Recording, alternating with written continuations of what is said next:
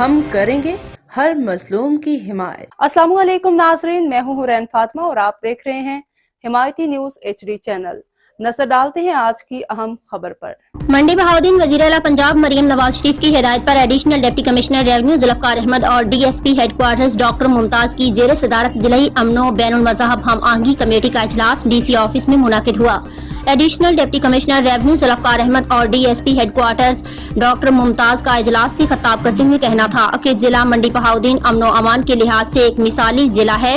اس میں تمام مذاہب اور مسالک کے درمیان اتفاق رائے اور بھائی چارہ پایا جاتا ہے۔